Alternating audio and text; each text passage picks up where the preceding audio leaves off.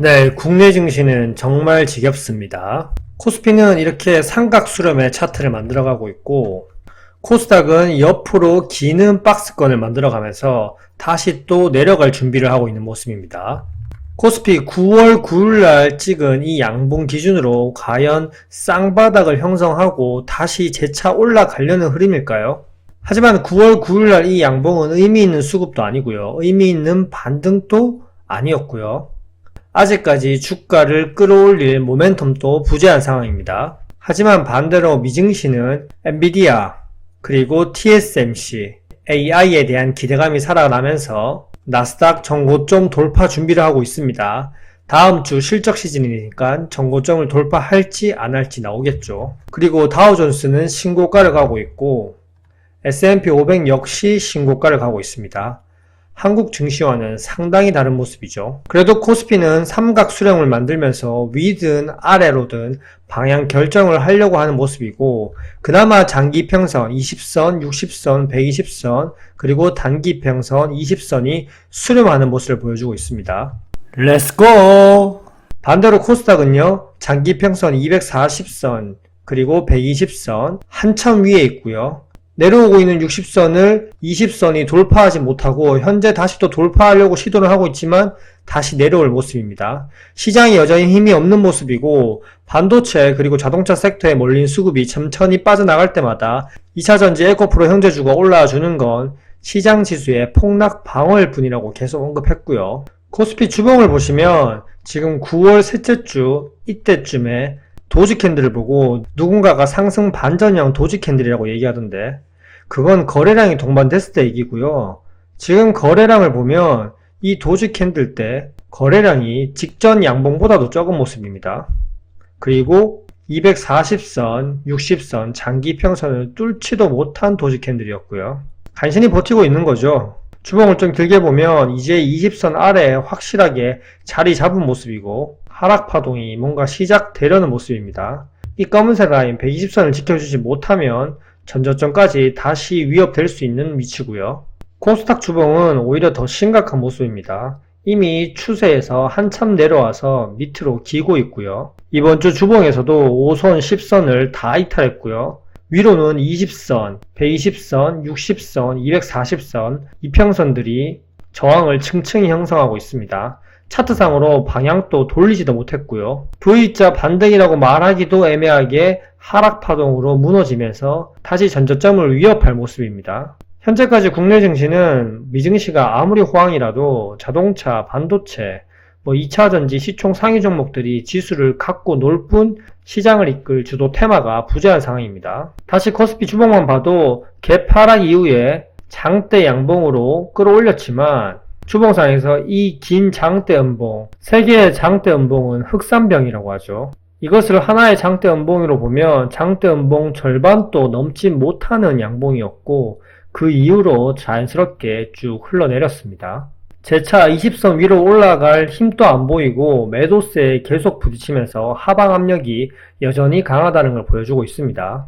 주봉을 길게 보면 추세를 상단, 중단, 하단으로 끌 수 있는데 이제 다시 중단 추세를 이탈했기 때문에 하방 추세까지 닿을 수 있는 위치입니다. 한마디로 열려버렸다는 거죠. 상당히 지루한 모습이고요. 일부 종목 말고는 거의 휴장 상태로 보입니다. 천둥처럼 줄줄 흘러내립니다.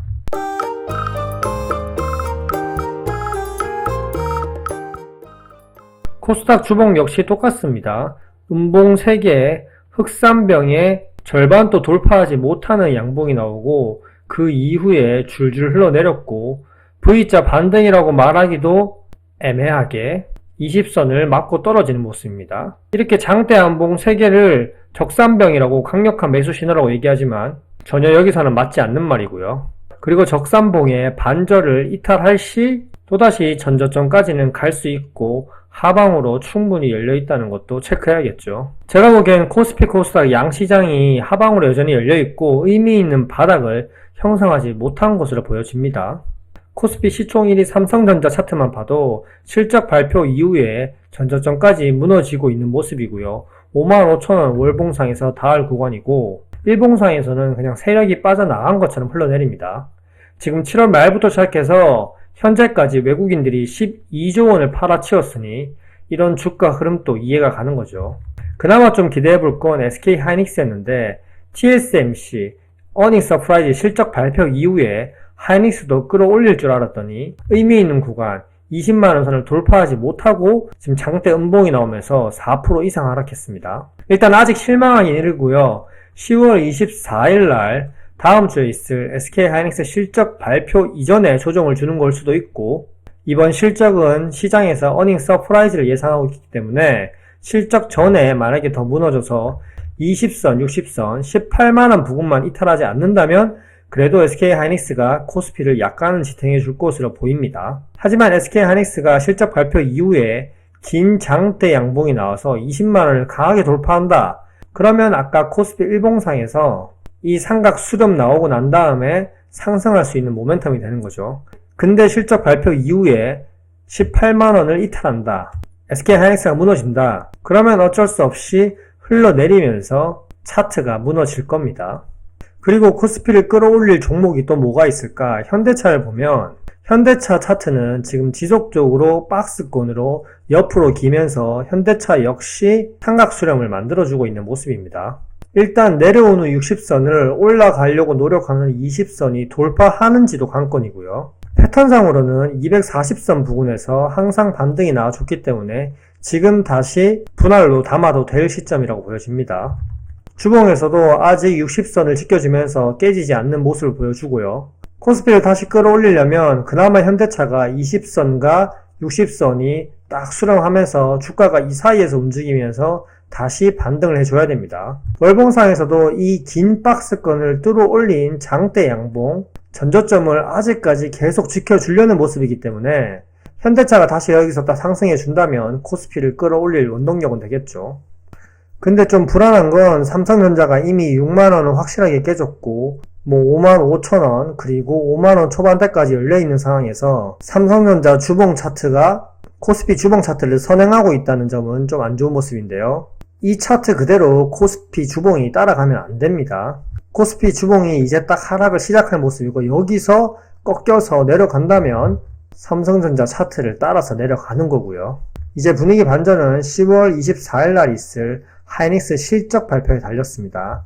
하이닉스가 만약에 이 매물대 의미 있는 구간 20만원을 돌파하지 못하고 재차 60선, 120선까지 내려오는 모습, 이렇게 하락 파동의 차트를 그린다면 삼성전자 주봉이 이렇게 내려간 것처럼 코스피 주봉도 따라서 내려가면서 전저점을 위협할 수 있습니다.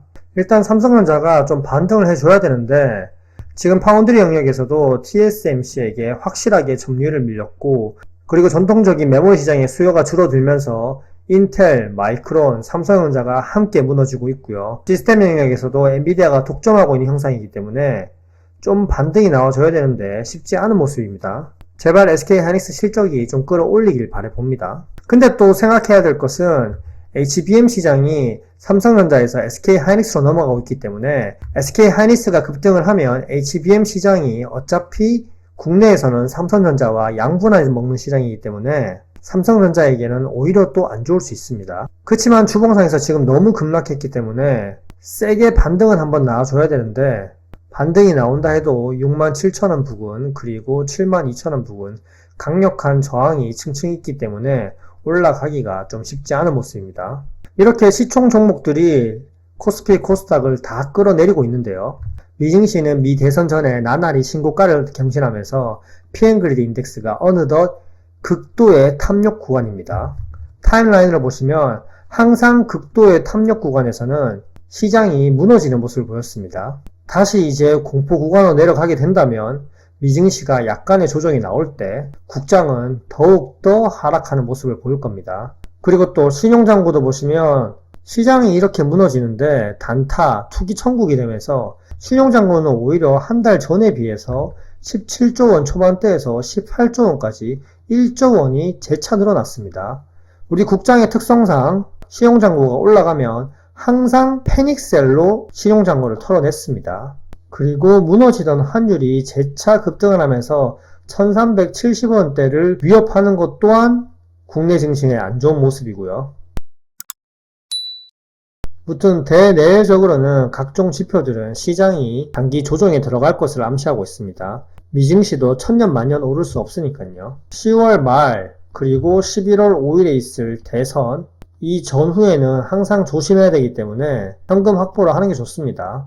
현재 트럼프 지지율이 해리스를 압도적으로 앞서고 있기 때문에 미국 민주당 진영은 이 대비를 하고 있는 것으로 보여지고요.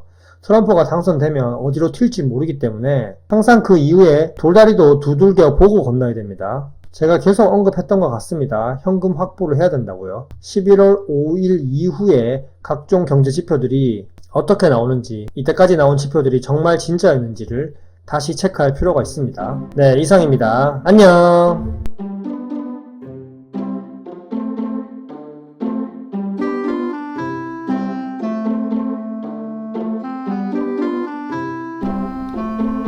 와이